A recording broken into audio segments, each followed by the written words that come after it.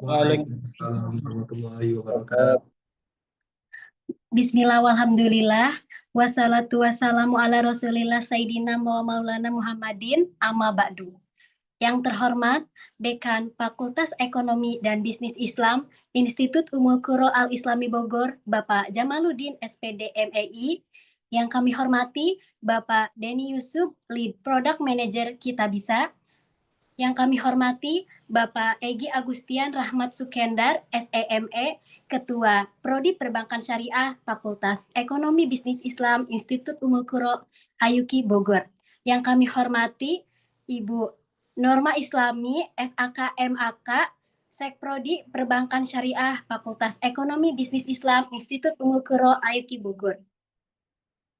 Yang kami hormati Bapak Wandri Wahyudin, MTR BNS, dosen Sekprodi Ekonomi Syariah, Fakultas Ekonomi Bisnis Islam Ayuki Bogor. Serta yang kami hormati segenap Bapak Ibu dosen dan seluruh peserta webinar APSI Goes to Campus Fakultas Ekonomi Bisnis Islam Institut Ummul Qura Al-Islami Bogor yang kami banggakan. Marilah kita panjatkan puji syukur atas kehadirat Allah Subhanahu wa Ta'ala yang telah memberikan kita kesehatan sehingga kita dapat melaksanakan kegiatan dengan lancar. Salawat serta salam tidak lupa kita haturkan kepada junjungan kita Nabi besar Muhammad Sallallahu Alaihi Wasallam. Semoga kita mendapatkan syafaatnya di yaumil kiamah kelak. Amin. Bapak, Ibu, dan rekan-rekan peserta, selamat datang di webinar APSI Goes to Campus Fakultas Ekonomi Bisnis Islam Institut Ummul Qura Al-Islami Bogor dengan tema Transformasi Digital Filantropi Islami Membangun Ekosistem yang Inklusif dan Inovatif. Selasa 3 Juni 2025 live via Zoom Meeting. Kegiatan ini merupakan hasil kolaborasi Asosiasi Fintech Syariah Indonesia (APSI) dengan Fakultas Ekonomi dan Bisnis Islam Institut Ummul Qura Al-Islami Bogor melalui program APSI Academic Partner. Acara ini juga turut didukung oleh Bank Syariah Indonesia, Bank Aladin Syariah, Bank DKI Syariah, PwC, Hak Association, dan Alibaba Cloud. Hadirin yang kami hormati, saya Sutia Artini selaku Master of Ceremony yang akan memandu acara hari ini akan membacakan susunan acara. Yang pertama, pembukaan. Yang kedua, sambutan. Yang ketiga, sesi foto bersama. Yang keempat, penyampaian materi dan tanya jawab oleh narasumber dan dibantu oleh moderator. Yang terakhir, penutup. Sebelum memulai acara, di sini saya akan membacakan peraturan webinar pada pagi hari ini. Yang pertama, mengganti username Zoom sesuai format nama instansi atau prodinya masing-masing. Yang kedua, menyalakan kamera dan berpenampilan rapi. Yang ketiga, menjaga ketertiban dan kondusivitas acara. Yang keempat, mengajukan pertanyaan melalui fitur Q&A atau fitur raise hand dengan menyebutkan nama dan asal instansi. Yang kelima, mengisi link presensi untuk mendapatkan e-sertifikat setelah tanya jawab nanti. Baik, marilah kita buka acara pagi hari ini dengan bacaan basmalah bersama-sama. Bismillahirrahmanirrahim. Bismillahirrahmanirrahim. Acara selanjutnya, sambutan oleh Dekan Fakultas Ekonomi dan Bisnis Islam Institut Ummul Qura Al-Islami Bogor, Bapak Jamaluddin SPD MEI. Kepada beliau, kami persilahkan. Ya, terima kasih banyak kepada MC. Bismillahirrahmanirrahim. Alhamdulillahirabbil alamin. Alhamdulillah, syukurillah ala ni'amillah. Allahumma sholli wa sallim ala sayyidina Muhammadin wa ala alihi washabihi wa mawalah wa ba'du. Assalamualaikum warahmatullahi wabarakatuh. Waalaikumsalam warahmatullahi wabarakatuh. Selamat pagi semuanya. Mudah-mudahan kita semua senantiasa ada dalam lindungan Allah Subhanahu wa Ta'ala. Kemudian salawat beserta salam semoga tercurah limpahkan kepada Nabi besar kita, yakni Nabi Muhammad Sallallahu Alaihi Wasallam. Juga mudah-mudahan salawat beserta salam juga tercurah limpahkan kepada keluarga, para sahabat, para tabi'in, dan mudah-mudahan kita kelak mendapat syafaat yang diakui sebagai umatnya di yaumil mi'ad. Amin ya Allah ya Rabbal alamin. Yang sama-sama kita hormati dan mudah-mudahan senantiasa Allah berikan kemuliaan Rektor Institut Ummul Qura Al-Islami Bogor, Bapak Dr. Kiai Haji Saiful Falah, MPDI beserta para wakil rektor 1, wakil rektor 2, dan wakil rektor 3. Yang sama-sama kita hormati Ketua Umum APSI Bapak Ronald Yusuf Wijaya beserta seluruh pengurus, jajaran pengurus APSI Indonesia. Mudah-mudahan senantiasa Allah berikan kemudahan, Allah berikan keberkahan dalam menjalankan segala aktivitasnya. Yang sama-sama kita hormati Profesor Dr. Nafas Furqoni selaku etik ya di APSI, kemudian Pak Denny Yusuf selaku lead product manager ya, yang daripada kita bisa ya, mudah-mudahan juga senantiasa Allah berikan kesehatan ya. Juga tidak lupa kami ucapkan terima kasih banyak kepada Mas Hardika Subakti ya dari APSI, kepada Kaprodi Perbankan Syariah PEBI Institut Ummul Qura Al-Islami Bogor, Bapak Ustadz Egi Agustian Sukendar ya, SE ME ya, dan juga Sekretaris Program Studi Bu Norma Islami SAK MAK ya. Dan pada kesempatan kali ini juga kepada para dosen di Prodi Perbankan Syariah ya. Kami ucapkan terima kasih banyak kepada APSI atas kesempatannya Fakultas Ekonomi dan Bisnis Islam melaksanakan ya, tuan rumah dalam rangka webinar nasional APSI ini. Mudah-mudahan ini menjadikan webinar ini menjadikan kebermanfaatan untuk kita semua, khususnya insan akademis ya, Sivitas Akademika PEBI Ayuki Bogor, umumnya untuk kita semua seluruh masyarakat ya yang bergelut di bidang dakwah dan praktisi vintage syariah ya, seperti itu.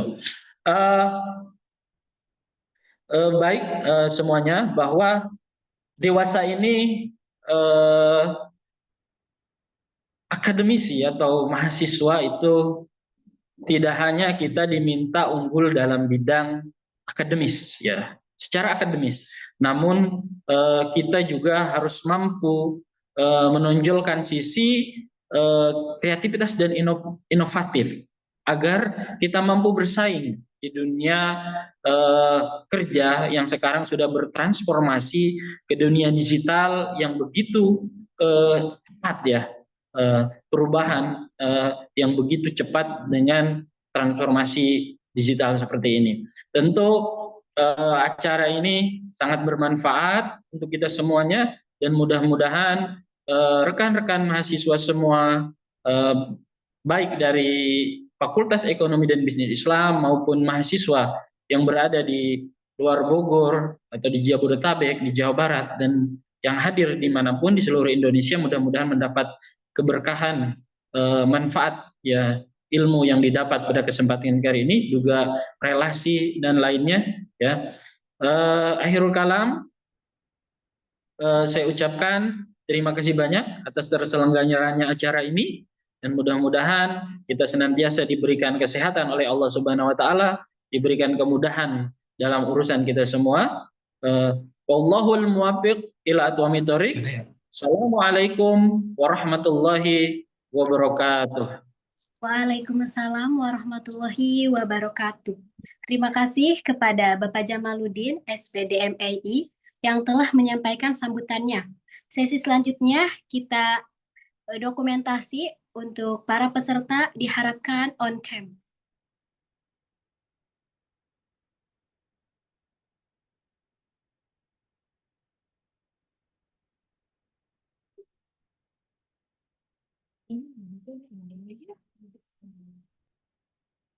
Baik, jika sudah saya hitung 1, 2, 3. Sekali lagi 1, 2, 3. Sekali lagi 1, 2, 3. Baik, terima kasih. Acara menginformasikan kepada seluruh peserta bahwa panitia menyediakan e-sertifikat yang dapat diakses setelah mengisi daftar hadir yang diberikan setelah sesi Q&A, sehingga dimohon untuk seluruh peserta dapat mengikuti acara ini hingga akhir. Memasuki acara selanjutnya, yakni penyampaian materi webinar APSI Goes to Campus Fakultas Ekonomi Bisnis Islam Institut Ummul Qura Al-Islami Bogor oleh para narasumber yang akan dipandu oleh moderator Bapak Wandri Wahyudin, MTR BNS, selaku dosen Sekprodi Ekonomi Syariah. Kepada beliau kami persilahkan.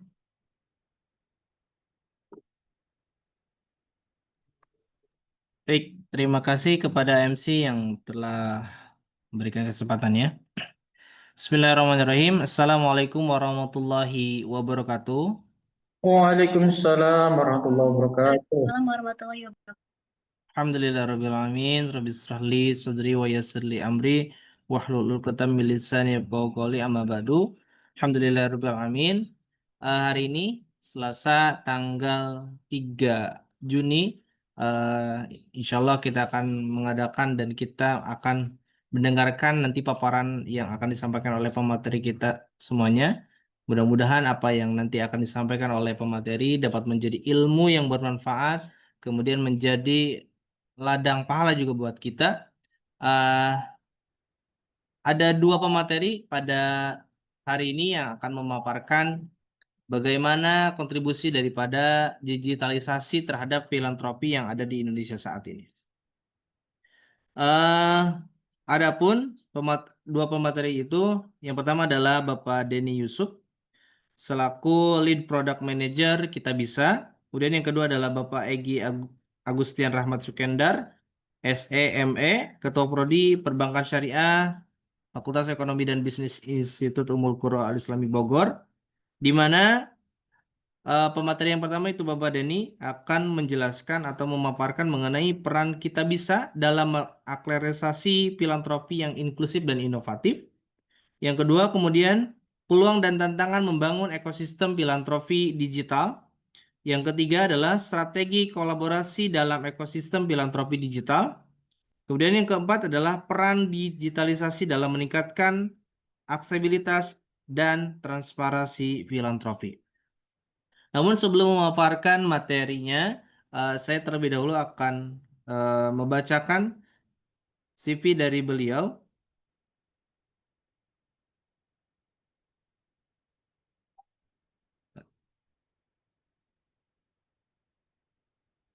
Namanya adalah Bapak Denny Yusuf. Beliau lulusan gelar sarjananya didapatkan dari Universitas Indonesia,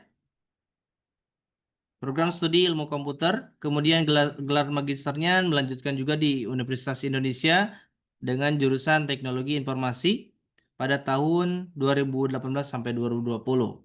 Kemudian pengalaman kerja beliau, yang pertama mungkin tidak akan bisa saya sebutkan satu persatu atau menjelaskan satu persatu, saya hanya sebutkan saja. Yang pertama adalah Senior Product Manager, di mana di Kitabisa, kemudian Manager Product di Kitabisa, kemudian Manager Product UMA.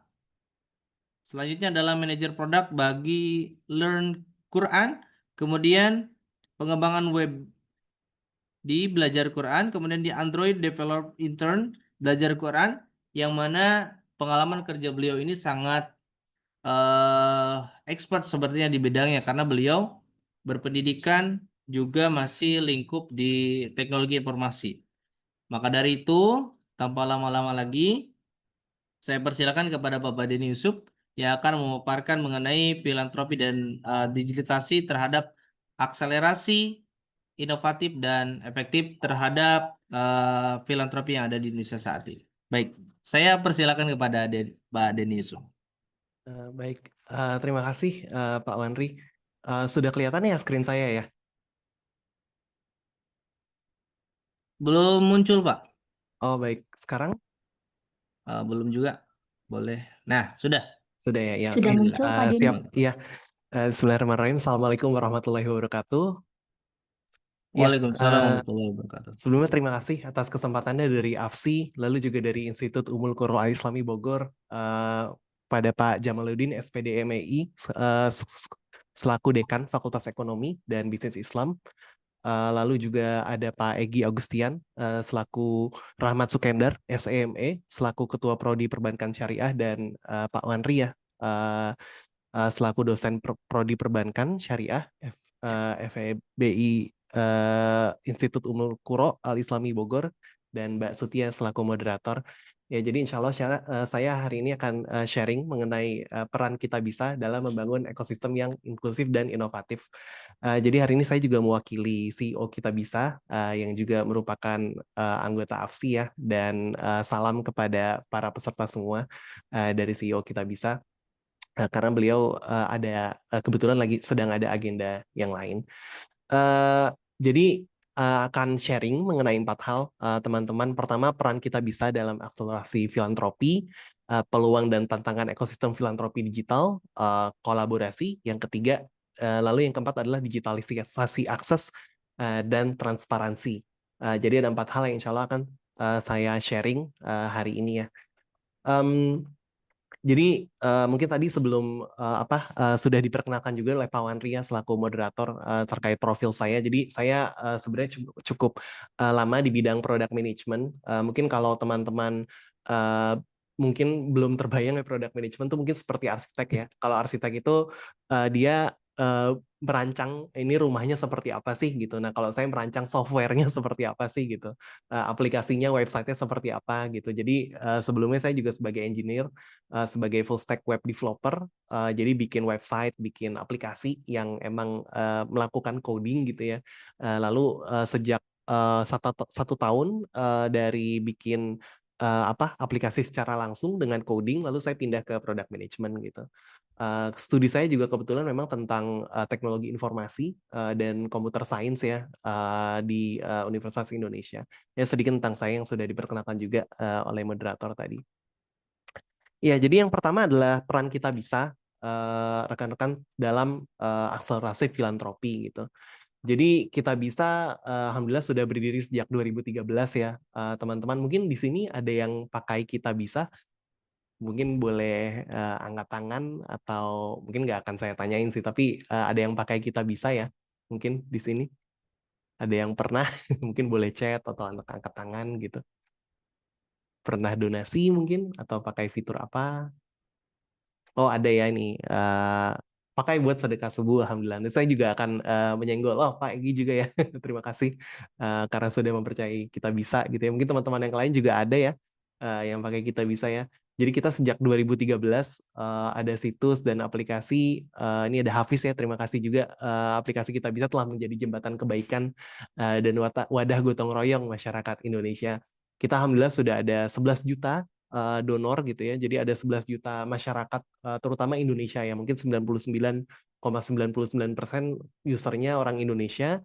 Lalu juga ada 1 juta galang dana atau campaign terdanai. Kita juga punya 3.500 mitra NGO dan lembaga sosial di Indonesia dan 400 inisiatif CSR perusahaan gitu. Jadi kita sekarang sudah ada aplikasi Kita Bisa ya, dan website Kita Bisa. Kita juga sebenarnya sedang merambah juga kepada asuransi syariah, yaitu Saling Jaga gitu teman-teman. Nah, Kita Bisa ini start dengan website ya, atau PWA kita nyebutnya. Jadi kita rilis website ini tahun 2013 gitu, dan alhamdulillah masih ada sampai sekarang ya, sudah 12 tahun ya website-nya ini. website-nya ini sekarang kira-kira berkontribusi terhadap 50% donasi yang masuk gitu. Jadi donasi yang masuk tuh 50% lewat website dan sekarang 50% juga lewat aplikasi. Aplikasi ini kita launch tahun 2019, alhamdulillah sudah hampir 6 tahun ya. Awalnya memang website yang jauh lebih banyak dibanding aplikasi, tapi ternyata yang kita cukup kaget adalah aplikasi juga banyak yang pakai gitu. Karena waktu itu memang di tahun 2019 ketika kita membuat aplikasinya, kita relatif ragu juga gitu di awal. Memang orang mau download aplikasi ya buat donasi gitu. Eh, itu cukup aneh gitu ya tahun 2019 ketika kita launching aplikasi ini gitu. Tapi ternyata alhamdulillah respon masyarakat cukup baik gitu dan aplikasinya bertumbuh terus sehingga berkontribusi sekarang hingga mencapai 50% dari donasi kita bisa tuh via aplikasi juga gitu. Jadi dari yang tadinya 100 0 website dan aplikasi jadi 50-50 website dan aplikasi gitu. Nah, kita juga sejak 2024 alhamdulillah sudah ada Saling Jaga ya. Ini asuransi jiwa via Kita Bisa. Mungkin ini juga kalau teman-teman ingat di tahun 2020 atau 2021 sewaktu COVID ya, itu kita banyak program namanya Saling Jaga. Nah, ini kita launching ulang dengan ada lisensi asuransi karena waktu itu disarankan OJK untuk ditutup ya Saling Jaga dan kita launching ulang di tahun 2024 dengan ada lisensi asuransi yang berizin gitu. Jadi kita sudah secara regulasi sudah comply dan lebih aman. Jadi ini sebenarnya memang platform Kita bisa dibilang secara garis besar ada 3 ini gitu. Meskipun di belakang ada mungkin sistem untuk internal ya, tapi yang bisa dinikmati masyarakat adalah sebagian besar 3 ini. Ada website, ada aplikasi, dan ada Saling Jaga gitu. Jadi teman-teman juga tadi terima kasih yang sudah pakai ya Kita Bisa gitu. Semoga bisa terus menggunakan dan jika ada masukan boleh ke saya, nanti mungkin ada input atau ide fitur, saya sangat senang gitu dari teman-teman. Nah, saya mungkin ada kuis ya selanjutnya buat teman-teman ya. Kira-kira jam berapa sih donasi paling banyak dilakukan di Kita Bisa? Jadi dari jam 12 malam sampai jam 12 siang gitu ya. Jam 12 malam sampai jam 12 malam lagi. Kira-kira jam berapa gitu? Mungkin paling banyak donasi dilakukan di Kita Bisa. Ini kuis ya teman-teman. Oh, ini ada Anggit ya, jam 5 alias subuh gitu. Ini terima kasih Anggit. Pak Wanri ya, ini jam setengah 6. Donasi paling banyak dilakukan di Kita Bisa. Mungkin ada lagi yang ingin menyampaikan pendapat nih. Ini ada Lucky ya, jam 4 sampai 5 subuh. Ini Pak Lucky nih. Ya, mungkin ada lagi? Jawabannya sudah cukup tepat sih sebenarnya. Jam 3 Raffi jam 3 sampai 5 subuh ya. Ini Pak Muhammad nih jam 8 pagi. Pak Faisal jam 3 gitu ya. Ini ada sedekah subuh, terus ada 8 malam nih. Ya, jadi ini teman-teman terima kasih yang sudah berpartisipasi. Ini ternyata jawabannya tepat semua ya, banyak yang tepat gitu. Jadi paling banyak itu sebenarnya jam 5 pagi gitu. Ini donasi kita selama 2024 tahun lalu yang jam 5 pagi dan jam 4 pagi dan jam 6 pagi gitu.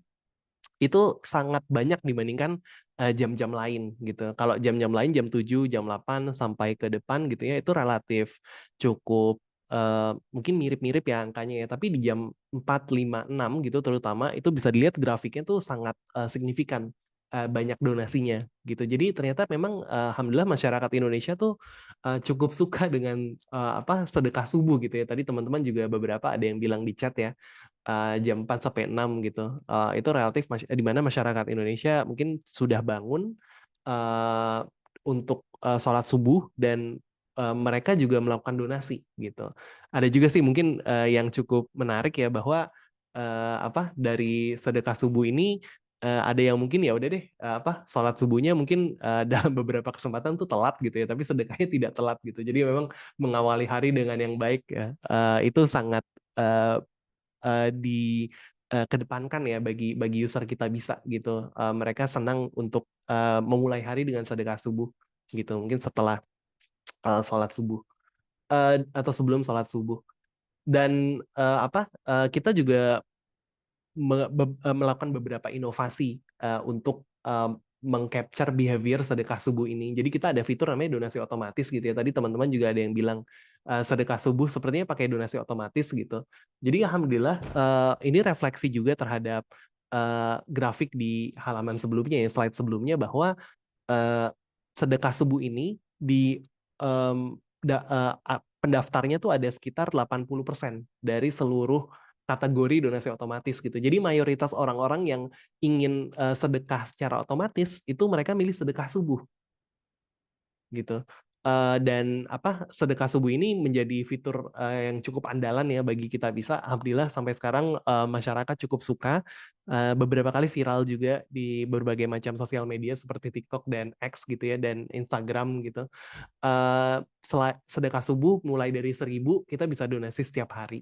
Jadi ini kita juga membuka donasi mulai dari Rp1.000. Kita membuka limitasi sedekah gitu. Kalau mungkin orang memang cuma ada misalnya uang Rp1.000, mereka tetap bisa donasi, dan kita juga bisa otomatis donasinya ya. Jadi 1.000 dan otomatis, sehingga mungkin masyarakat tidak lupa lagi untuk melakukan donasinya.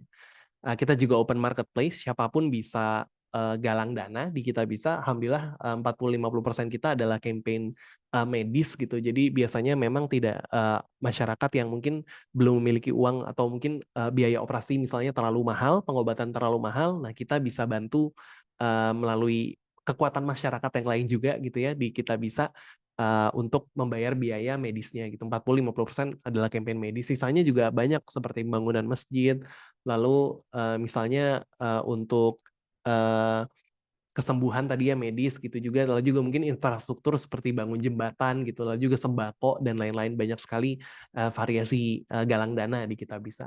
Kita juga ada 15 metode pembayaran. Terus saya sekarang yang lagi populer ada KRIS ya di Kita Bisa gitu. Tapi kita juga ada e-wallet dan virtual account dari bank. Kita juga ada aplikasi tadi ya, iOS dan Android, dan website yang ringan gitu. Jadi kita ingin membuat filantropi ini menjadi inklusif dengan berbagai macam fitur yang kita buat, dengan berbagai macam platform yang kita buat. Jadi ini ya mungkin tampilan aplikasi Kita Bisa teman-teman. Yang kiri itu ada aplikasi donasi, zakat, dan baru ada asuransi syariah. Bayar zakat kita juga ada fiturnya ya untuk salurkan dan kalkulator zakat. Jadi kita bisa hitung kita harusnya bayar zakat mal berapa rupiah gitu melalui aplikasi Kita Bisa. Lalu juga yang menarik, kita juga baru ada fitur wakaf produktif. Nah, ini fitur yang baru dari Kita Bisa. Jika kita melakukan donasi, kita bisa dapat sertifikat nih apresiasi doa gitu ya. Biasanya secara penggunaan ini untuk amal jariah untuk orang tua gitu, amal yang tidak terputus ya, wakaf gitu. Jadi kita bisa dapat sertifikat, dan mungkin nanti bisa di print atau diberikan kepada orang tua kita, wakaf atas nama orang tua gitu. Jadi namanya bisa diisi juga mau atas nama siapa. Nah, biasa user Kita Bisa itu mengisinya dengan nama orang tua mereka gitu. Jadi mereka donasi atas nama orang tua. Terutama banyak dari pengguna Kita Bisa untuk orang tua yang sudah meninggal. Jadi supaya jadi amal jariah gitu ya, wakafnya gitu. Ini beberapa fitur ya dari aplikasi Kita Bisa yang baru. Juga sebenarnya zakat sudah cukup lama gitu, dan ada juga donasi otomatis tadi. Nah, mungkin itu ya teman-teman terkait Kita Bisa, peran Kita Bisa untuk inklusivitas. Tapi mungkin saya juga ingin share sedikit mengenai peluang dan tantangan yang sesuai arahan dari tim panitia yang dihadapi sama Kita Bisa, dan mungkin filantropi digital secara umum. Yang pertama, sebenarnya ada peluang ya kalau dari Kemenak, Baznas, data bahwa sebenarnya pengumpulan zakat, infak, sodako ini belum termasuk belum termasuk wakaf sepertinya baru ZIS ya, itu baru sudah mencapai 21 triliun rupiah gitu. Ini cukup banyak sekali, dan insya Allah ke depan seiring berjalannya masyarakat yang makin kenal digital, lalu mungkin ya insya Allah kita berharap ekonomi juga membaik, ini akan meningkat terus angkanya gitu. Nah, Kita Bisa alhamdulillah bisa mengumpulkan sekitar 800 miliar sampai 1 triliun rupiah. Ini terjadi waktu zaman COVID ya, di tahun 2021, termasuk wakaf gitu ya, kalau jadi nggak cuma ZIS. Tapi biasa kita sekitar 800 miliar dan datanya bisa dilihat juga di website kita, bisa di laporan keuangan kita. Kita insya Allah transparan terhadap hal tersebut. Gitu, ini peluang kita ya, dan ini insya Allah akan terus bertambah. Nah, ini juga sedekah subuh yang tadi saya angkat ini menarik ya, rekan-rekan. Jadi sebenarnya saya mungkin banyak belajar bahwa ini tuh banyak diatribusikan kepada almarhum Syekh Ali Jaber ya. Jadi ini insya Allah jadi amal jariah beliau. Bisa dilihat tahun 2019 ini mulai naik gitu. Dan saya ingat waktu itu sebelum beliau berpulang, memang beliau yang cukup mempopulerkan gitu ya sedekah subuh ini. Gitu, dan akhirnya mulai naik di 2019 dan sampai sekarang cukup tinggi demand-nya gitu, cukup tinggi pencarian di Google ini ya, lewat Google Trends gitu. Jadi sebenarnya ini behavior yang membuat masyarakat tuh memiliki kebiasaan gitu untuk melakukan sedekah subuh. Tadi juga alhamdulillah dari rekan-rekan ada yang sudah daftar ya sedekah subuh di Kitabisa gitu. Semoga mungkin bisa terus, dan mungkin rekan-rekan yang lain juga bisa mencoba jika tertarik ya lewat Kitabisa untuk mengawali sesuatu dengan yang baik untuk melakukan sedekah selain melakukan sholat subuh. Lalu juga ada tantangan ya. Ini juga kita menghadapi tantangan bahwa sebenarnya dari riset yang kita lakukan, budget donasi untuk masyarakat donor itu terbatas gitu. Jadi biasanya masyarakat itu punya budget donasi. Misalnya ada masyarakat yang mungkin dia kelas menengah gitu ya. Saya donasi per bulan itu misal 1 juta rupiah gitu. Tapi itu dibagi-bagi biasanya. Ada yang ke lembaga zakat A, ada yang misalnya langsung ke saudaranya gitu yang membutuhkan, ada yang ke Kitabisa gitu. Jadi biasanya tidak semua dialokasikan ke Kitabisa dari pengalaman kami.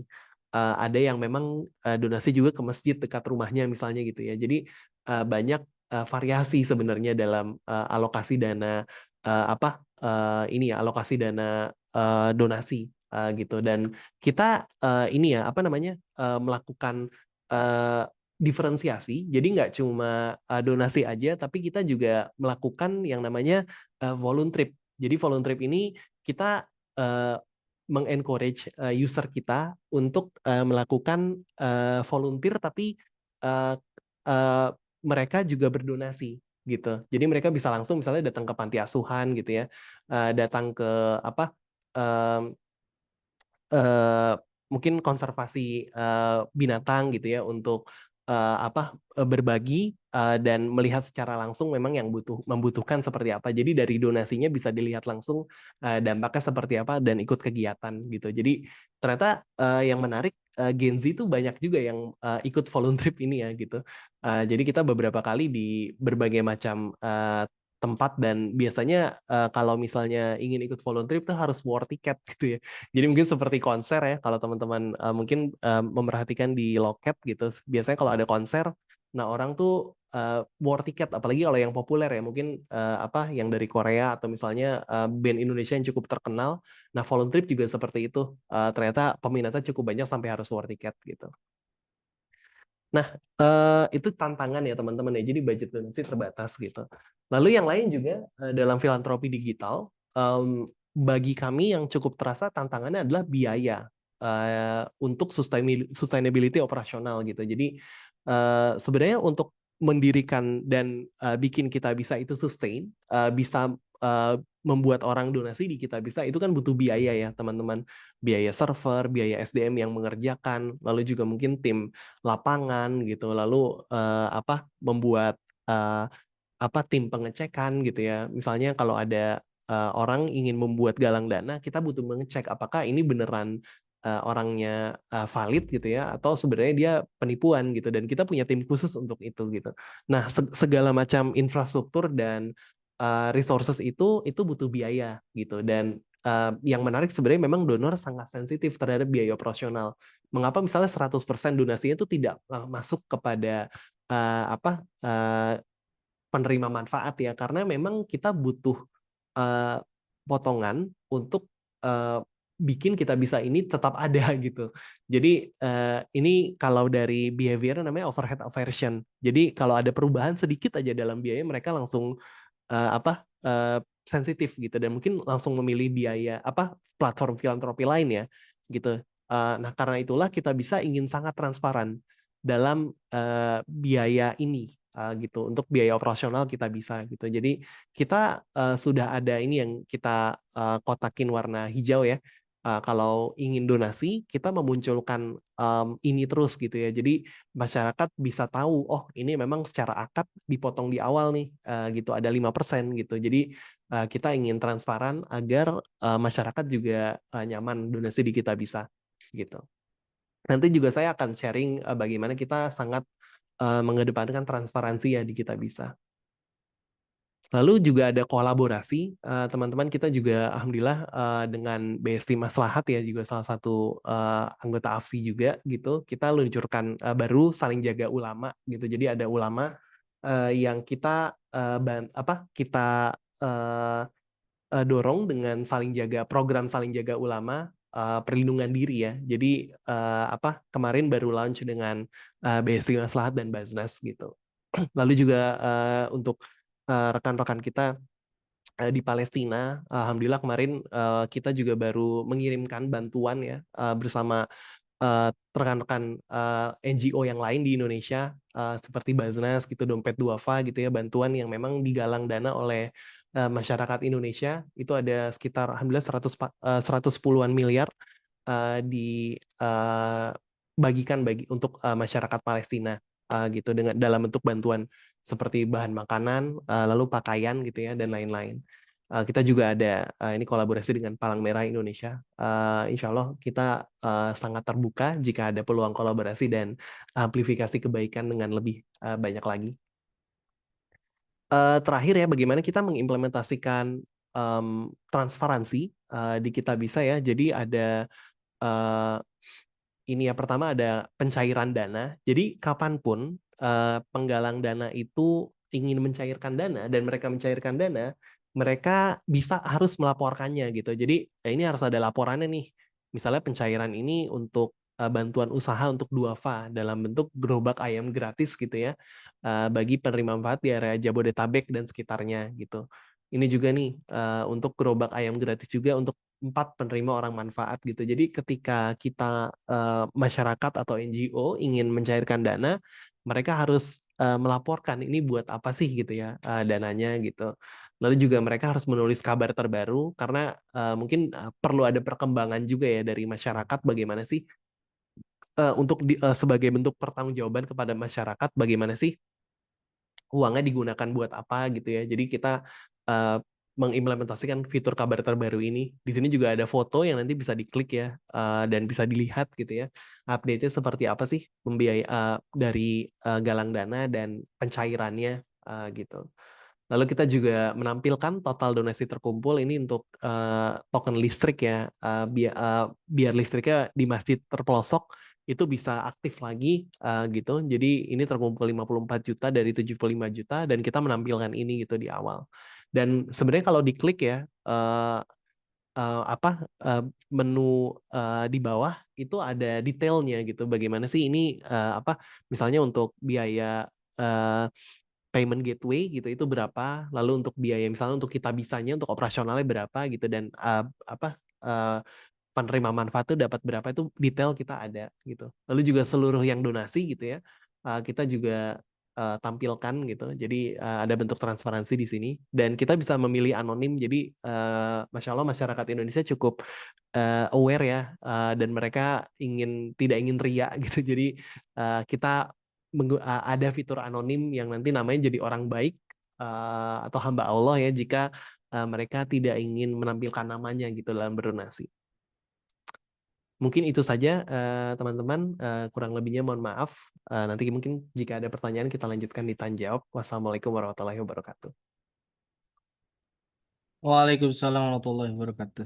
Alhamdulillahirrahmanirrahim. Keren sekali tadi pemaparan yang disampaikan oleh Bapak Denny Yusuf mengenai platform Kita Bisa, di mana kita sebenarnya sudah pada tahu Kita Bisa itu apa. Cuman masih banyak yang belum pakai, tapi rasanya belum pakai pun pemasukan ataupun kontribusi daripada Kita Bisa sangat amat besar. Tadi dilihat daripada yang dikumpulkan oleh Kita Bisa itu sekitar 800 miliar sampai 1 triliun per tahunnya dan itu sangat amat besar.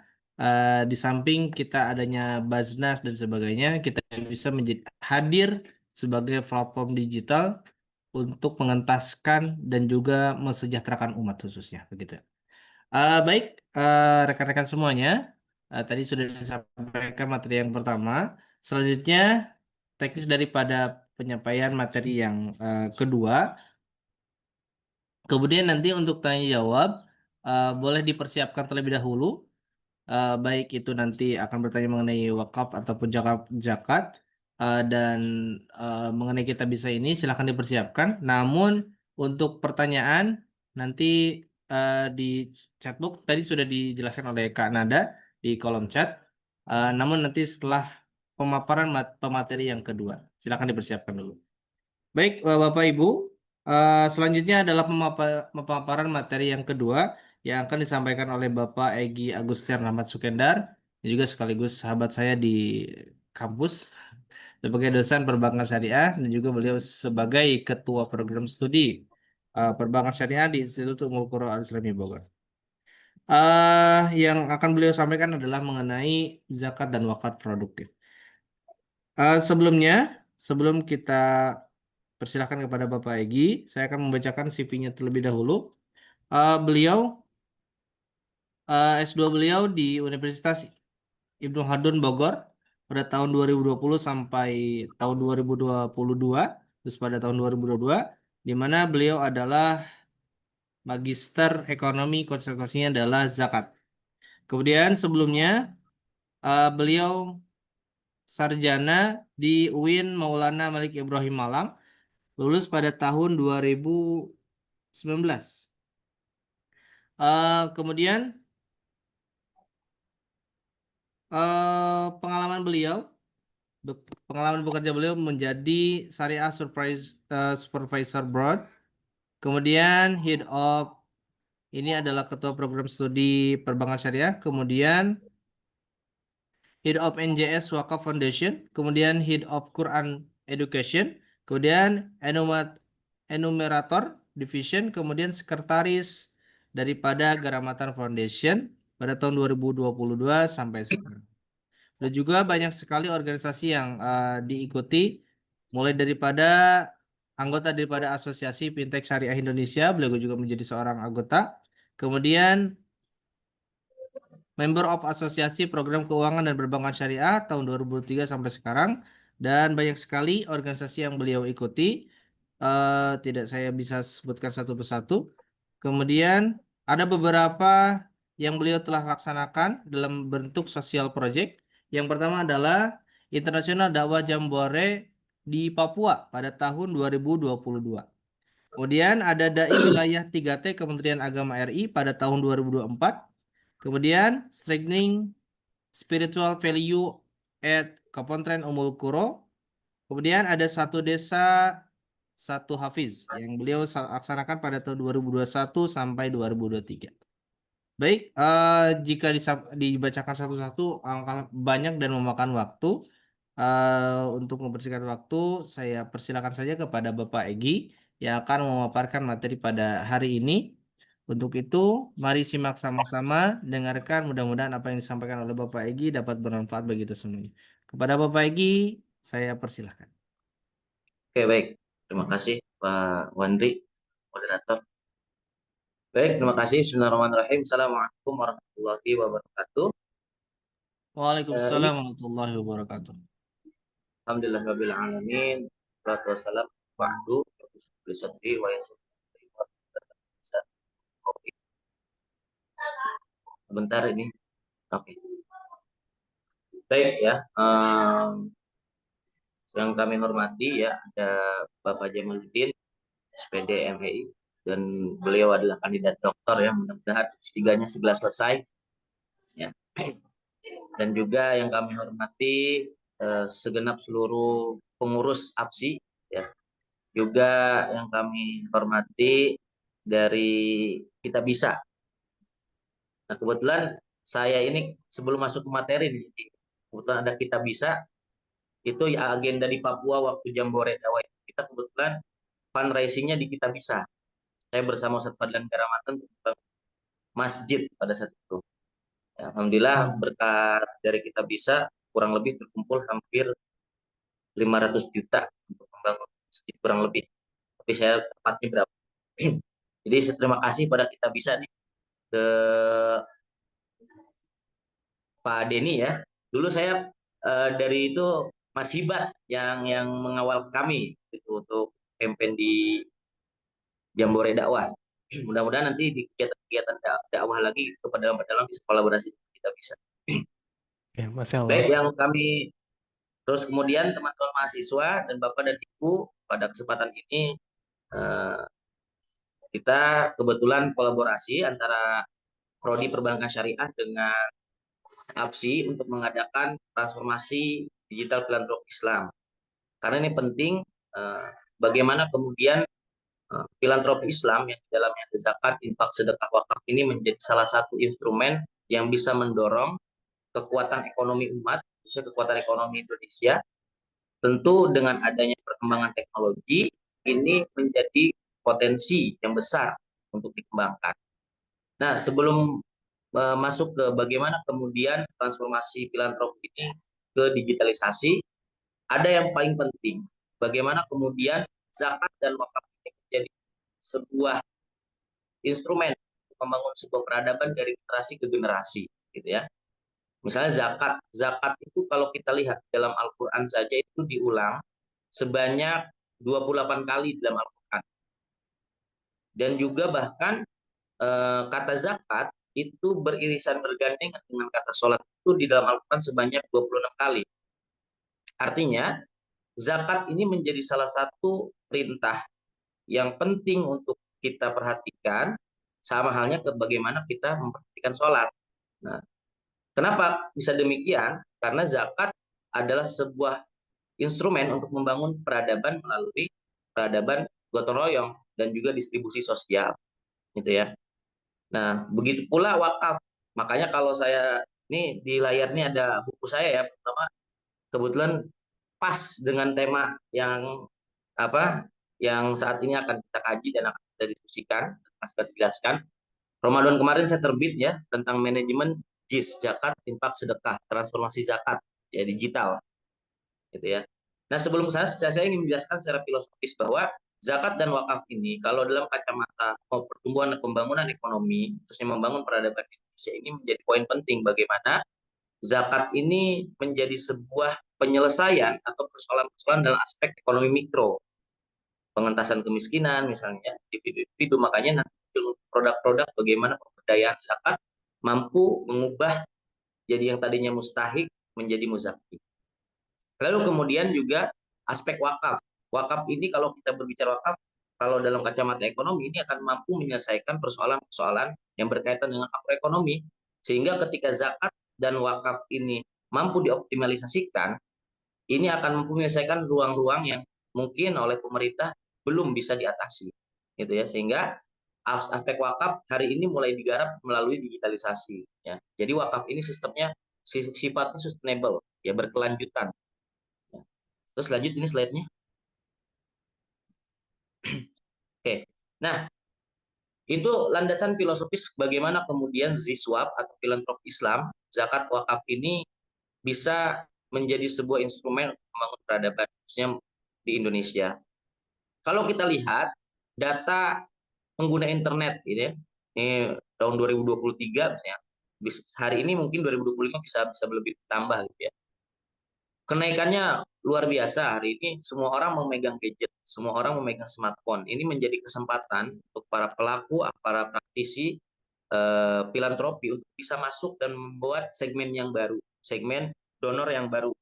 Ya, bahkan bisa merangkul Gen Z ya atau gen milenial yang untuk bisa berdonasi. Kesempatan peluang ini juga tentu akan berpotensi mendorong pertumbuhan dan optimalisasi potensi zakat maupun wakaf. Ya. Di tahun 2023 saja nih ada sekitar 212 juta orang menggunakan internet. Hari ini mungkin bisa lebih naik gitu ya. Oke, silahkan digeser slide-nya lagi. Nah, lalu kemudian saya sudah melakukan riset beberapa dari sejak S1 sebetulnya saya tertarik bagaimana mendalami filantropi Islam. Nah, ini ada beberapa hal yang perlu teman-teman dan Bapak Ibu bisa ketahui bahwa hari ini dalam rangka bagaimana lembaga amil zakat, LAS ataupun lembaga filantropi baik LAS maupun nazir wakaf itu perlu dikelola secara profesional. Maka beberapa penelitian sekarang dalam menjaga profesionalitas kelembagaan dan juga menjaga kepercayaan para masyarakat untuk berdonasi di lembaga amil zakat misalnya atau di platform filantropi itu ada yang namanya zakat core principle gitu ya. Apa yang ada yang menjadi ya poin inti dari lembaga zakat? Yang pertama tata kelola ya. Yang pertama fondasi hukum. Jadi bagaimana banyak hari ini kan ketika kemarin juga sempat viral ya, ada beberapa lembaga-lembaga yayasan-yayasan melakukan fundraising ya, tetapi ternyata ada problem baik dari segi izinnya dan sebagainya. Langkah-langkah pemerintah dalam upaya memberikan izin kepada lembaga-lembaga filantropi ini, saya kira ini perlu diperhatikan bagaimana kemudian kalau teman-teman mahasiswa atau Bapak Ibu ingin mendirikan lembaga filantropi, memang harus diurus dulu izinnya. Ya, dari mulai misalnya kalau filantropi umum bisa ke Mensos dan Kementerian Agama untuk lembaga amil zakatnya. Bahkan nanti untuk wakaf kita ada yang namanya hari ini di BWI ya, ada sertifikasi nazir dan sebagainya. Terus kemudian ini ya ada pengawasan zakat ya, tata kelola, juga zakat juga lembaga zakat harus memposisikan lembaga zakat sebagai fungsi intermediasi. Sama halnya seperti lembaga keuangan. Kalau dulu ada Baitul Mal wa Tamwil, maka lembaga amil zakat harus bisa memposisikan sebagai Baitul Mal, yang dimana bisa tidak hanya menghimpun dana dan menyalurkan dana, tetapi juga memanfaatkan zakat ini bisa terasa oleh masyarakat. Di samping itu juga misalnya ada zakat prinsipal dan namanya manajemen risiko. Nah, ya, jadi resiko-resiko yang muncul akibat aktivitas dari lembaga amil zakat itu perhatikan. Nah, ini kenapa penting? Karena lembaga amil zakat ke depan memang bertransformasi tidak hanya dari aspek digital, tetapi juga dari segi kelembagaan. Terus selanjutnya, nah kemudian ini juga kalau wakaf sebenarnya undang-undang wakaf sudah lebih dulu ya ketimbang undang-undang zakat, tetapi memang kadang-kadang literasi zakat lebih dominan ketimbang literasi wakaf. Nah, belum lama saya juga dilibatkan oleh BWI untuk menjadi bagian dalam proses penelitian menyusun yang namanya wakaf core principle. Jadi menyusun bagaimana tata kelola lembaga wakaf ini agar bisa profesional dan manajerialnya bagus dan baik ya. Nah, BWI juga meluncurkan ya dari hasil riset itu kemudian kami ya memunculkan bersama dilibatkan untuk memunculkan namanya aplikasi namanya WCP ya, Wakaf Core Principle. Di sini kebetulan saya screenshot ya, mudah-mudahan bisa terlihat. Di sini ada beberapa misalnya kayak yatim mandiri. Ketika dilakukan supervisi dan dia mengupload ya file-file yang disediakan merujuk kepada Wakaf Core Principle, kategorinya sangat baik gitu ya, mulai dari fondasi hukum, pengawasan wakaf, tata kelola nazirnya gitu ya. Saya tata kelola nazir itu apa saja? Ada yang nazir yang bersertifikasi minimal 1 atau 2 dan seterusnya. Ya, manajemen resikonya mulai resiko pengendalian aset wakaf gitu ya. Resiko terjadi sengketa dan sebagainya itu muncul di aplikasi ini, sehingga dengan adanya digitalisasi dari tata kelola lembaga wakaf, bukan hanya dari segi fundraising maupun lendingnya, tetapi dari segi kelembagaan mulai ada digitalisasi, baik dari lembaga amil zakat maupun lembaga nazir wakaf. Nah, ini contohnya proses digitalisasi. Jadi fungsi pengawasan dari Badan Wakaf Indonesia kepada nazir-nazir wakaf itu tidak perlu lagi kumpul di satu waktu gitu ya, tapi sudah melalui by system. Sehingga nanti lembaga nazir wakaf bisa mengkoreksi, oh ternyata saya misalnya tahun ini kategorinya baik, maka apa yang perlu di-upgrade. Nah, dengan adanya aplikasi ini memudahkan proses monitoring. Ya, ini proses digitalisasi bagaimana kelembagaan ini mulai proses diarahkan ke digital. Inilah kemudian salah satu manfaat dari proses digitalisasi, tidak hanya dari funding dan sebagainya, tapi dari segi kekuatan kelembagaan dan koordinasi antara pemerintah dengan stakeholder lainnya, gitu ya. Kemudian selanjutnya, nah lalu masuk kepada metode fundraising. Belum lama juga di Desember lalu saya riset ya. Lalu fundraising itu gimana sih yang efektif? Tentu ya, baik fundraising secara langsung ya ketemu donornya ataupun secara tidak langsung memiliki implikasi terhadap pertumbuhan ini ya, dana donasi ya. Selanjutnya, nah ini tadi sudah dijelaskan juga ya sebenarnya oleh dari kita bisa ya, bahwa platform fundraising digital sekarang banyak ya, ada e-wallet, ada crowdfunding, ada media sosial. Nah, berdasarkan hasil penelitian yang saya lakukan dari ketiga ini ya, e-wallet, crowdfunding, dan media sosial, bahkan ada satu lagi ya melalui WhatsApp broadcasting ya, melalui broadcasting itu ada temuan yang menarik. Selanjutnya nih ya, silahkan lanjut. Selanjutnya. Nah, hasil penelitian yang saya lakukan, walaupun ini basicnya adalah di salah satu lembaga filantropi atau di lembaga zakat di Baitul Mal Zalan, tetapi karena ini basic adalah kualitatif, saya kira kalau penelitian kualitatif ini memiliki implikasi yang sifatnya long term ya, jangka panjang, dan itu relatif bisa diterapkan di beberapa lembaga yang lain. Ketika saya melakukan riset, ternyata sosial media itu banyak orang. Mungkin ada beberapa yang berdonasi ketika mendapatkan informasi melalui campaign sosial media. Tetapi dari hasil riset yang saya lakukan, ternyata sosial media itu, baik IG maupun Facebook itu tidak menjadi salah satu indikator utama untuk kemudian donatur memutuskan berdonasi. Apa tujuan sosial media itu? Untuk awareness, menyadarkan bahwa keberadaan lembaga ini atau program-program yang berada dalam rangka sosialisasi kepada masyarakat bahwa lembaga amil zakat ataupun lembaga filantropi lainnya itu menggunakan sosial media dalam rangka 3 hal. Yang pertama adalah awareness, memunculkan kesadaran kepada para masyarakat, pada donatur yang sudah lama. Ya, terus kemudian campaign, yang paling penting yang ketiga adalah trust, menjaga kepercayaan. Gitu ya, sehingga nanti baru kemudian donatur itu atau masyarakat mau berdonasi. Jadi fungsinya sosial media untuk campaign di lembaga filantropi itu poinnya 3 hal ini yang saya temukan secara garis besar. Ya, terus kemudian crowdfunding. Nah, rata-rata memang kayak seperti kita bisa, kalau kasusnya Baitul Mal Zalan kerjasama sama Muslim.com gitu ya.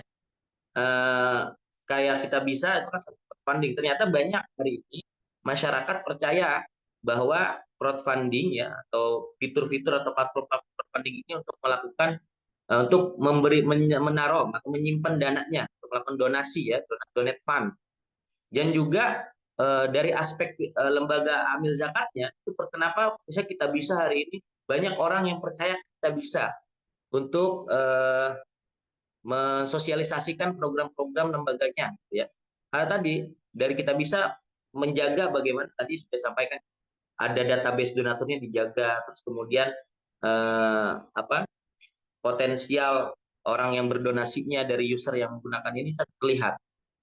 Nah, terus kemudian dari situ ada yang namanya WhatsApp broadcasting.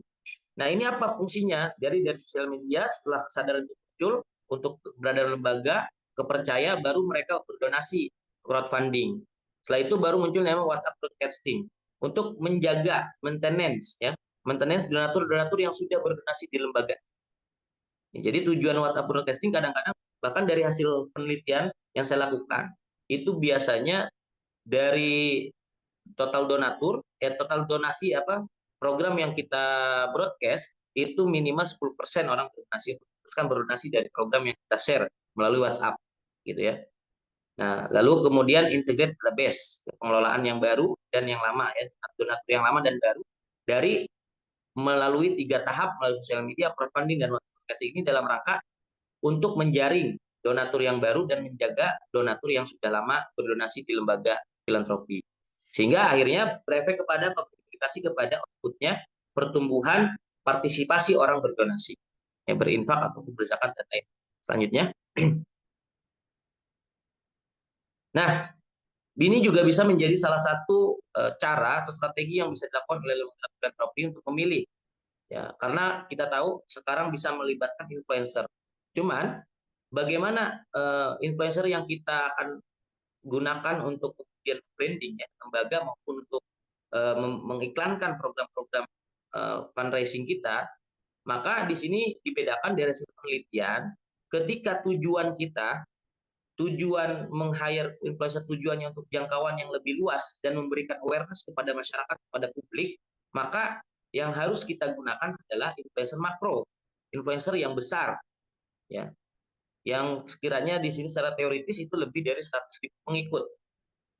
Nah, dari hasil penelitian, ketika menggunakan influencer makro, itu akan memiliki dua implikasi. Yang pertama, jangkauan calon donor itu lebih luas, ya, calon muzaki itu lebih luas, dan membangun kesadaran publik. Makanya beberapa misalnya kayak tadi ya, bagaimana kita bisa menjadikan almarhum Syekh Ali Jabir sebagai tokoh untuk campaign, gitu ya.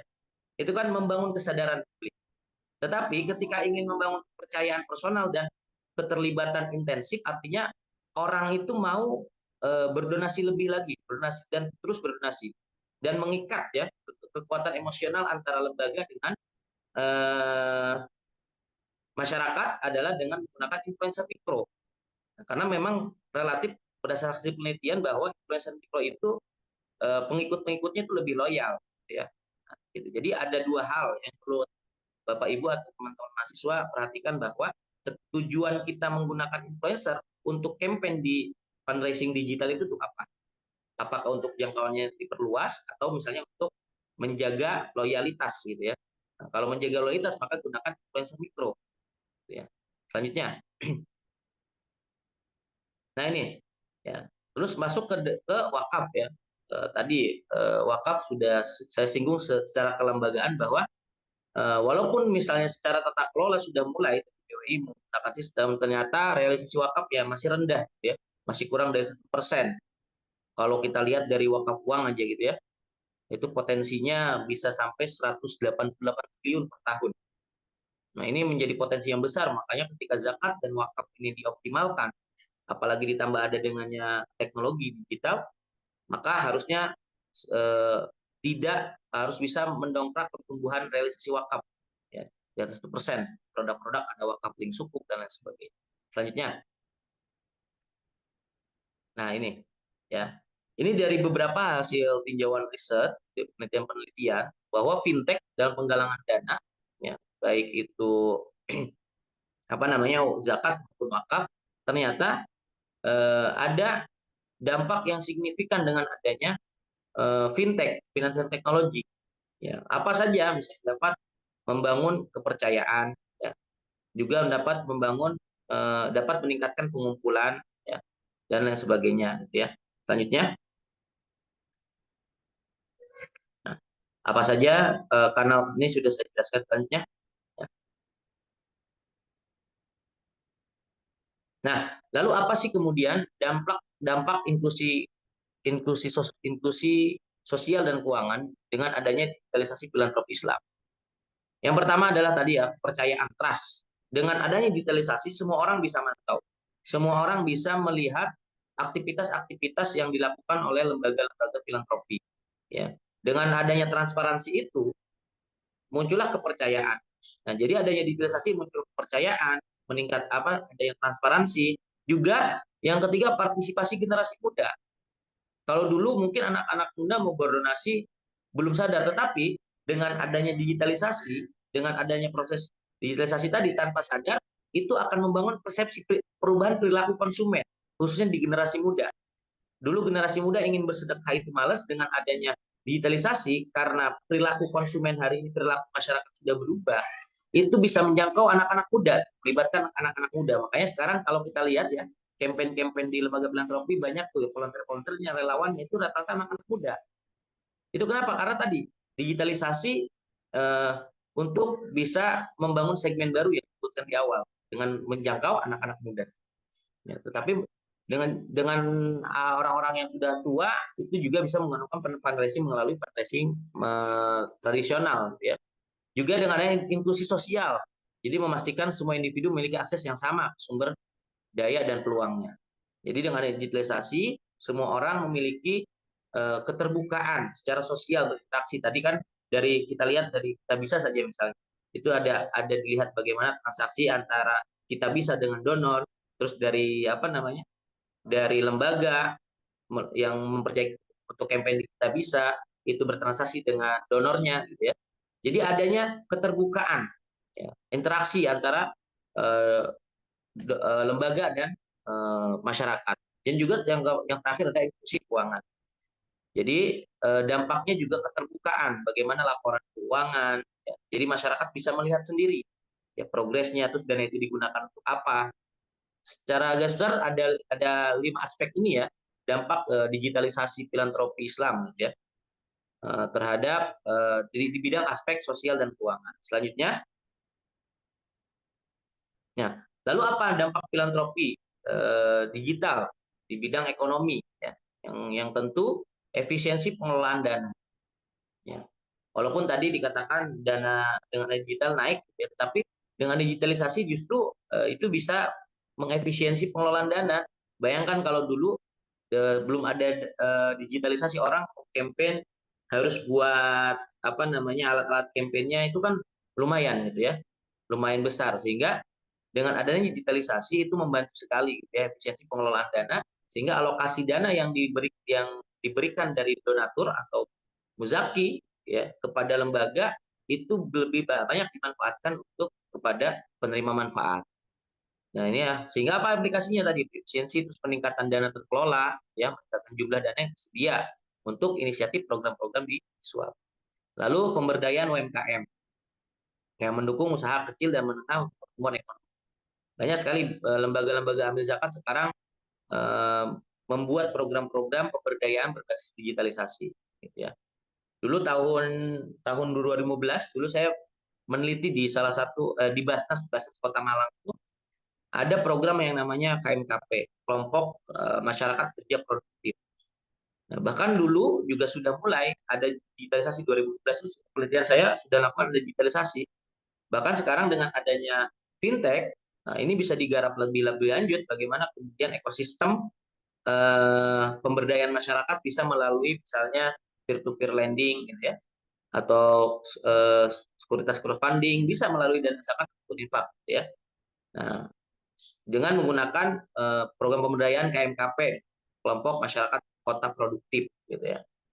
Atau melalui program karpet hijau. Berdasarkan hasil penelitian saya, ada salah satu lembaga amil zakat menggunakan konsep karpet hijau, apa kawasan konservasi produksi ekonomi terpadu dan penghijauan. Jadi bagaimana kemudian ekosistem pertanian dibangun oleh zakat dan apa namanya petani-petani desa diberdayakan ya. Nah, belum lama salah satu teman saya misalnya di GMC membuat relawan pangan Indonesia. Kampanyenya melalui sosial media, melalui YouTube misalnya ya. Kampanyenya relawan pangan Indonesia. Untuk apa? Untuk bantuan pangan 1.000 ton ubi untuk Palestina. Nah, itu bisa memiliki dengan adanya digitalisasi itu membuat multiplier effect. Apa? Campaign berjalan dengan adanya program zakat tadi, petani-petani desa terberdayakan, tanah-tanah yang tidak terkelola terberdayakan, masyarakat juga dan orang-orang kayak seperti orang-orang Palestina juga terbantu. Inilah kemudian bagaimana kemudian filantropi Islam dengan adanya digitalisasi harusnya mampu secara optimal ya terkelola dan juga program-programnya program bidang filantropi mampu menyelesaikan persoalan-persoalan yang ada di tengah-tengah kita. Ya, saya kira itu ya bagaimana dampak ya filantropi dengan adanya digitalisasi, khususnya dengan aspek fintech. Lalu aspek wakaf. Sekarang dengan adanya wakaf, dulu orang baru beranggapan bahwa wakaf itu produknya adalah ketika orang berwakaf, lalu programnya 3M, makam, ya, masjid, madrasah. Tetapi dengan adanya digitalisasi, dengan adanya fintech, hari ini ada yang namanya wakaf link suku, yang melalui fintech, bahkan melalui bank sekarang juga sudah fintech mengelola wakaf link suku. Sehingga harusnya, misalnya masjid-masjid yang tidak punya apa namanya, tidak punya bantuan dana yang kuat, saya untuk mengelola operasional masjid 10 juta. Itu bisa tuh menggunakan wakaf uang. Targetnya 10 juta, misalnya berapa return yang didapatkan dari wakaf sukuk 7%, terus 10% lah misalnya tadi. Berarti dia harus mengumpulkan wakaf uang 1 miliar. Maka operasional selama setahun itu tertutup. Nah, tata kelola kelembagaan ini juga produk-produk wakaf dalam digital, wakaf sukuk dan lain-lain, itu secara tidak langsung akan mengubah cara bagaimana lembaga-lembaga nazina wakaf itu membuat produk-produk di lembaganya, ya, sehingga inilah kemudian momentum kita, ya. Kenapa ini penting? Ini sebagai bagian dari ladang dakwah kita untuk kemudian mendorong filantropi ini sebagai instrumen penting untuk membangun peradaban di Indonesia. Saya kira cukup ya. Nanti kita lebih banyak sesi tanya jawab. Terima kasih. Mudah-mudahan tercerahkan atau mudah-mudahan jelas ya penyampaian saya. Wallahul muwaffiq ila aqwamit thoriq. Assalamualaikum warahmatullahi wabarakatuh. Waalaikumsalam warahmatullahi wabarakatuh. Alhamdulillahirrahmanirrahim. Tadi sudah dipaparkan oleh pemateri kedua, yaitu Bapak Egy Agustin Rahmat Sukendar, di mana tadi pembahasannya lebih komprehensif, membahas mengenai peran daripada ZISWAF terhadap perekonomian, di mana ekonomi semakin tumbuh dan ekonomi semakin maju jika pengelolaan dan juga kesadaran terhadap ZISWAF tersebut meningkat di Indonesia khususnya, tapi berangsur atau beranjak kepada tren yang positif untuk mengembangkan ZISWAF yang ada di Indonesia ini. Baik, tadi sudah diperdengarkan semuanya materi yang disampaikan dari pemateri 1, kemudian pemateri 2. Untuk itu kita persilahkan kepada rekan-rekan semuanya, para peserta, baik Bapak Ibu dosen, mahasiswa semuanya yang ingin bertanya, silakan di kolom komentar atau di chat Zoom untuk bisa menanyakan. Di sini sudah ada pertanyaan. Waduh, lumayan banyak juga ini. Dari atas nama Mumad Nurjaman. Baik, saya bacakan terlebih dahulu. Untuk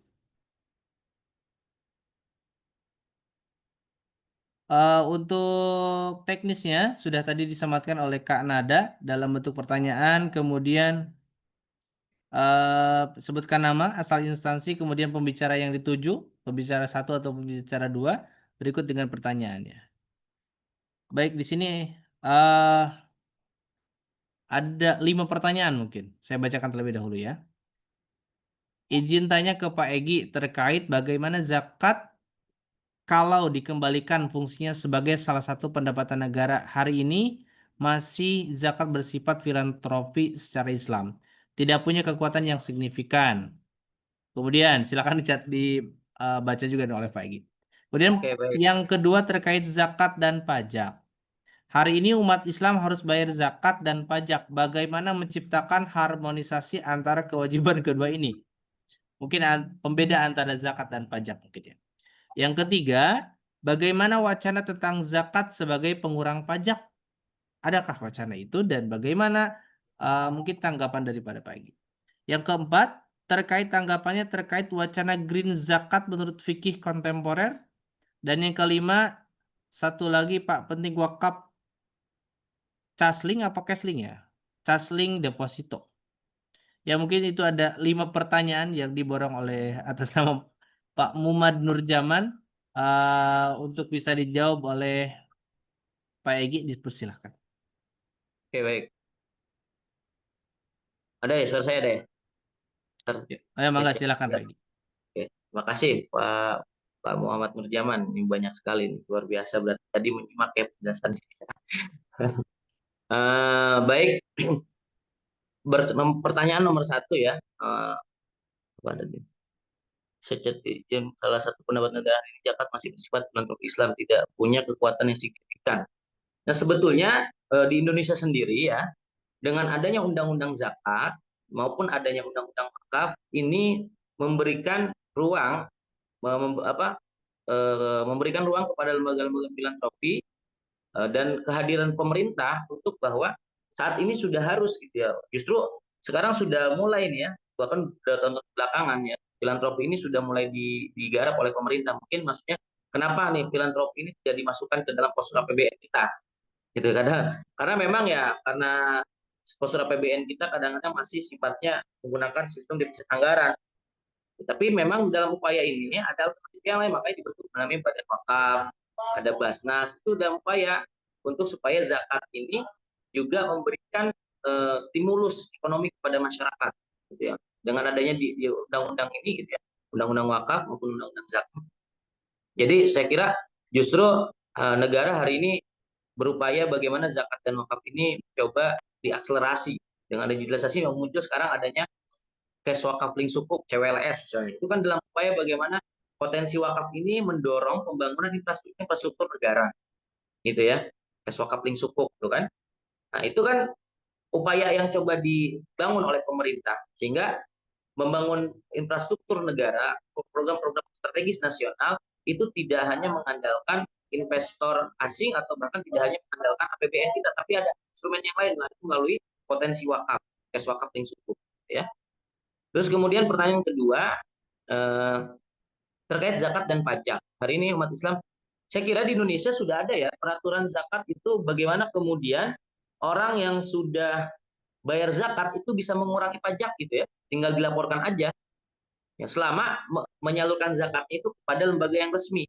Jadi ketika misalnya melapor SPT tahunan, gitu ya, ke Dirjen Pajak, itu kita mengeluarkan zakat itu bisa menjadi acuan pengurangan pajak kita, gitu ya.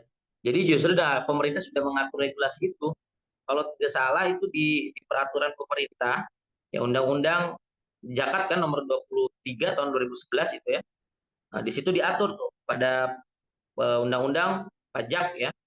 Nah, di situ bahwa pemerintah itu mengganti di peraturan Undang-Undang nomor 2 tahun 2022, yaitu Undang-Undang Ciptaker itu ya, kontribusi wajib kepada negara yang terutang oleh pribadi atau badan yang bersifat memaksa, itu bisa juga orang yang berzakat itu bisa dikurangi pajaknya melalui tadi misalkan mengeluarkan zakatnya di lembaga yang resmi, artinya lembaga yang berizin, baik Basnas maupun baik Bas maupun Las ya, lembaga zakat. Kalau misalnya Pak Nur Zaman ke saya zakatnya baru tuh nggak bisa tuh bayar pajaknya normal, tapi harus ke lembaga zakat resmi, gitu ya. Terus kemudian bagaimana? Oh itu sudah ya. Jadi wacananya sudah ada sejak dulu, gitu ya. Terus terakhir wacana green zakat kontemporer. Oh banyak juga nih 5 diborongnya. Menyalurkan zakat melalui lembaga. Ya. Jadi kayak misalnya wacana tentang zakat sebagai green zakat. Nah justru ini green zakat itu data yang saya sebutkan sudah lama dari tahun 2014 ya justru. Ya, Basnas yang diawali setahu saya, tapi mudah-mudahan ini tepat. Setahu saya yang awal melakukan green zakat itu Basnas ya dulu, tahun Basnas Kota Malang di tahun 2014 dan 2013. Dia membuat yang namanya tadi singkatnya karpet hijau. Ya, apa karpet hijau itu? Ya, kawasan reservasi produksi ekonomi terpadu dan hijauan. Sudah dulu sudah digagas zakat di sektor pertanian peternakan, ya. Terus juga apa green zakatnya juga bagaimana kemudian ada yang sudah dilakukan oleh rumah zakat Bank Deso ya. Jadi bagaimana green zakat ini wacana green zakat ini juga secara fikih ya sah-sah saja sebenarnya selama misalnya penyalurannya itu sesuai dengan kaidah-kaidah, misalnya disalurkan kepada mustahik zakat gitu ya.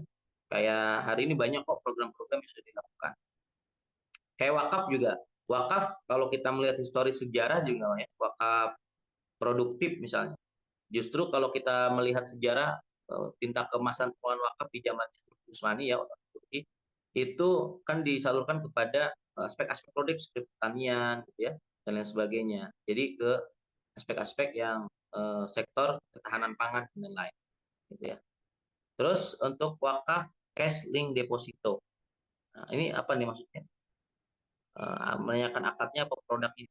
Cash link wakaf cash wakaf link deposito itu bedanya sama CWLS atau cash wakaf link sukuk. Kalau cash wakaf link sukuk itu ya dana wakaf nih, dana wakaf uang ini kemudian disalurkan kepada produk yang namanya sukuk, itu satu utang negara. Nah kalau wakaf cash wakaf link deposito ya wakaf uang disalurkan kepada produk deposito. Nah, jadi boleh itu justru terobosan-terobosan produk-produk baru di bidang wakaf uang gitu. Tapi tetap uangnya ini tetap harus kan wakaf uang ini kan dana segar ya yang didapatkan oleh lembaga kemudian investasikan, dananya akan tetap abadi, kemudian dapat return pendapatan dari hasil investasi tadi. Gitu ya. Saya kira itu mudah-mudahan terjawab ya. Kalaupun ada yang perlu diskusikan, silahkan. Terima kasih. Saya kembalikan kepada moderator. Terima kasih atas jawabannya. Mudah-mudahan sudah mencukupi terhadap pertanyaan yang diajukan oleh Pak Muhammad. Terima kasih atas pertanyaannya Pak Muhammad. Selanjutnya ada pertanyaan yang mungkin nanti bisa dibacakan oleh Pak Denny Yusuf melalui Q&A. Tapi ini ada juga pertanyaan dari Alza Siti Kamilah Al-Zakaria. Izin bertanya Bapak Denny Yusuf, bagaimana kita bisa memastikan bahwa proses digitalisasi filantropi tidak menghilangkan nilai-nilai spiritual dan keikhlasan yang menjadi pondasi dalam filantropi Islam? Ya. Mungkin Oke. bisa langsung dijawab oleh Pak Denny. Oh, baik. Ya, terima kasih pertanyaannya, Siti Karmilah ya, Bu Siti. Jadi ini memang pertanyaan yang sangat menarik menurut saya ya. Memang salah satu yang kita juga upayakan agar di kita bisa itu pengalaman berdonasinya tuh mirip dengan pengalaman berdonasi secara langsung gitu. Jadi ini istilahnya user experience ya. Bagaimana biar secara feel gitu ya, secara perasaan gitu, juga secara syariah itu juga kita tetap bisa comply juga gitu saat melakukan donasi di Kita Bisa. Jadi mungkin kalau dari feel ya, bagaimana kita di Kita Bisa tuh membuat user experience itu mirip dengan donasi secara langsung adalah kita ada beberapa fitur seperti tadi ya mungkin yang hati-hati ya, kita bilangnya donation streak gitu. Jadi bagaimana nih kita berpikir agar orang yang donasi di Kita Bisa ini bisa bahagia gitu. Kan gini ya, teman-teman, kalau secara psikologis ketika kita mengeluarkan uang dari dompet lalu kita berikan misalnya kepada masjid gitu ya, atau ada fakir miskin gitu yang kita berikan, itu kan ada apa ya, mungkin rasa senang ya dalam diri kita ya, karena kita bisa berbagi gitu. Itu mungkin juga dibalut dengan rasa syukur juga ya kepada Allah, karena alhamdulillah Allah masih memberikan kesempatan kita untuk berbagi, keluangan kita untuk berbagi gitu. Nah, rasa seperti ini yang kita ingin juga berikan gitu di ketika orang donasi pakai aplikasi Kita Bisa gitu. Jadi kita mencoba membuat fitur dengan meniru apa yang bisa kita juga buat dalam orang melakukan donasi secara offline, dan itu kita replicate gitu ya dalam orang donasi secara online juga gitu. Jadi misalnya pertama kita berikan terima kasih bagi orang yang telah berdonasi di Kita Bisa. Jadi alhamdulillah terima kasih.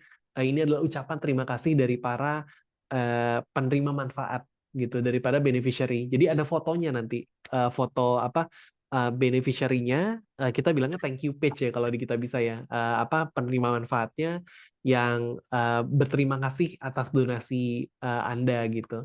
Dan itu seringkali kita minta dulu kepada orang yang galang dana di Kita Bisa gitu. Jadi ini tolong berikan apresiasi dong pada para donatur kita gitu, donor kita yang ada di Kita Bisa. Nanti jika mereka berdonasi, foto kamu akan tampil nih gitu. Misalnya ada anak-anak yang kayak gini ya, terima kasih gitu ya. Terus mungkin mereka juga bisa berdoa juga gitu, minta doanya. Mungkin ada orang-orang yang sebenarnya banyak motivasi itu nazar juga gitu.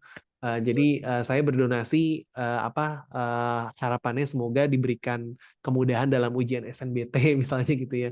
Lagi mau masuk kampus gitu. Jadi kita ada tadi ya halaman terima kasih, halaman thank you page. Kedua, kita ada fitur doa. Jadi kalau misalnya di Kita Bisa kita bisa nulis doa gitu. Kita misalnya, dan banyak yang pakai, sekitar 10% dari donasi di Kita Bisa tuh fitur doanya jadi nyalakan gitu. Dan ini macam-macam juga ya, kayak misalnya tadi buat masuk kampus atau ada yang minta urusan keringanan jodoh gitu. lalu mungkin naik jabatan gitu, itu banyak sekali gitu ya. Dan bisa anonim gitu. Jadi kalau misalnya takut, khawatir dia mungkin takut dilihat orang atau bagaimana, jadi bisa anonim juga. Lalu ada fitur misalnya di Kita Bisa itu eh, bisa baca cerita juga dan nonton video juga gitu. Jadi bisa lihat bagaimana mungkin secara langsung ya ketika mungkin penerima manfaat atau misalnya masjid yang butuh pembangunan gitu ya. Misalnya butuh bangunan, butuh bahan bakunya apa aja gitu. Donasi misalnya buat semennya, atau misalnya masjidnya butuh mungkin dirijen air ya misalnya gitu. Atau keran airnya mati gitu. Nah, itu ada videonya gitu. Jadi bagaimana experience ini juga bisa mirip dengan donasi secara langsung, secara feel gitu ya. Jadi spiritnya dan keikhlasannya kita tonjolkan di sana gitu. Dan juga kita insya Allah ada advisor Islami juga, advisor biar kita tetap sesuai secara syariah ya. Biar secara keberkahan dan secara regulasi kita tetap aman gitu sih mungkin. Semoga menjawab ya. Terima kasih atas jawabannya, Pak Denny Yusuf. Mudah-mudahan Alza terjawab ya pertanyaannya. Mungkin ada lagi satu pertanyaan lagi dari rekan-rekan semuanya. Silakan kalau masih ada satu pertanyaan lagi. Dan juga kita apresiasi juga aplikasi Kita Bisa itu sebenarnya ladang sedekah tapi tidak dilandasi atau di labeli Islam ya sebenarnya. Jadi agama selain daripada Muslim juga bisa ikut kontribusi. Jadi rasanya lebih fleksibel. Siapa saja bisa ikut berdonasi begitu ya. Dari peserta ada lagi pertanyaan? Itu kayaknya bagian tanya jawab bukan sih? Khalid Oh, masih ada belum nih. jawab. Oke, di sini ada dari Q&A. Mungkin satu lagi ya ini pertanyaannya. Assalamualaikum Pak, perkenalkan saya Khalid Pandanwangi. Izin bertanya kepada Bapak Denny Yusuf dari Kita Bisa. Menggarisbawahi mengenai Kita Bisa kolaborasi, untuk kolaborasi atau kriteria yang diinginkan Kita Bisa itu seperti apa ya Kak? Dan bagaimana cara bisa berkolaborasi? Rasanya tidak cukup jika kita tidak buat aksi nyata. Begitu.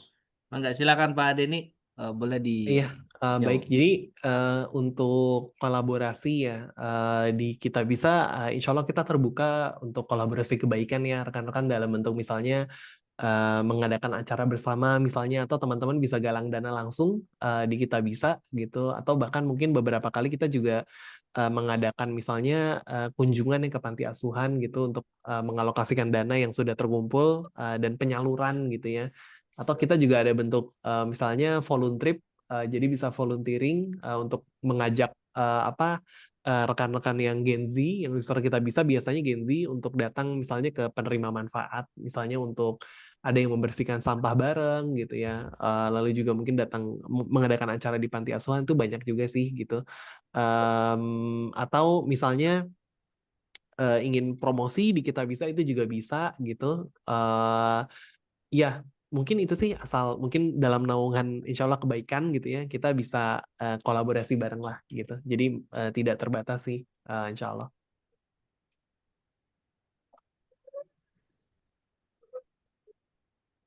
Baik, dicukupkan Pak Denny untuk jawabannya?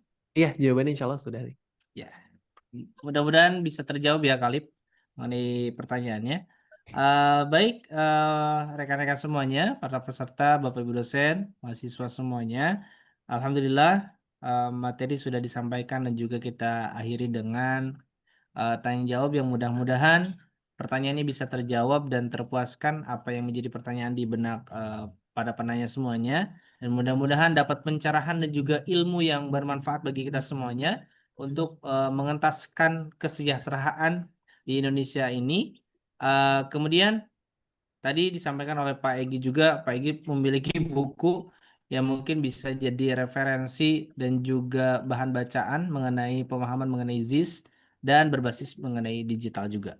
Ya, terima kasih kepada pembicara yaitu Pak Denny Yusuf selaku dari lead manager produk dari Kita Bisa, dan juga terima kasih kepada Bapak Egy Agustian Rahmat Sukendar selaku Kaprodi Perbankan Syariah Institut Ummul Qura Al-Islami Bogor yang telah memaparkan materinya kepada kita semuanya. Terima kasih. Saya akhiri seminar AFSI Goes to Campus ini pada kesempatan ini. Terima kasih. Mohon maaf bila ada kata-kata yang salah dari saya. Kurang lebihnya mohon maaf. Wassalamualaikum warahmatullahi wabarakatuh. Saya kembalikan lagi ke MC. Silakan. Waalaikumsalam warahmatullahi wabarakatuh. Terima kasih saya sampaikan kepada Bapak Wandri Wahyudin, MTR BNS, yang telah memandu sesi materi dan tanya jawab. Terima kasih kepada segenap narasumber Bapak Denny Yusuf dan Bapak Egy Agustian Rahmat Sukendar, SEME, yang telah memaparkan materi. Semoga ilmu yang diberikan dapat bermanfaat bagi kita semua. Seluruh peserta diharapkan dapat mengakses link presensi yang terlihat di layar dan di kolom chat. Di kolom chat Zoom, e-sertifikat akan dikirimkan H-7 melalui email yang didaftarkan. Tiba saatnya kita berada di penghujung acara. Kami ucapkan terima kasih kepada para narasumber serta peserta yang telah antusias dalam mengikuti kegiatan. Kegiatan ini dapat berjalan atas dukungan Bank Syariah Indonesia, Bank Aladin Syariah, Bank DKI Syariah, PwC, Hak Association, dan Alibaba Cloud. Sekian webinar pada hari ini. Saya selaku Master of Ceremony memohon maaf apabila ada salah kata atau perbuatan. Wallahu al-muwaffiq ila aqwamit thoriq. Wassalamualaikum warahmatullahi wabarakatuh. Waalaikumsalam.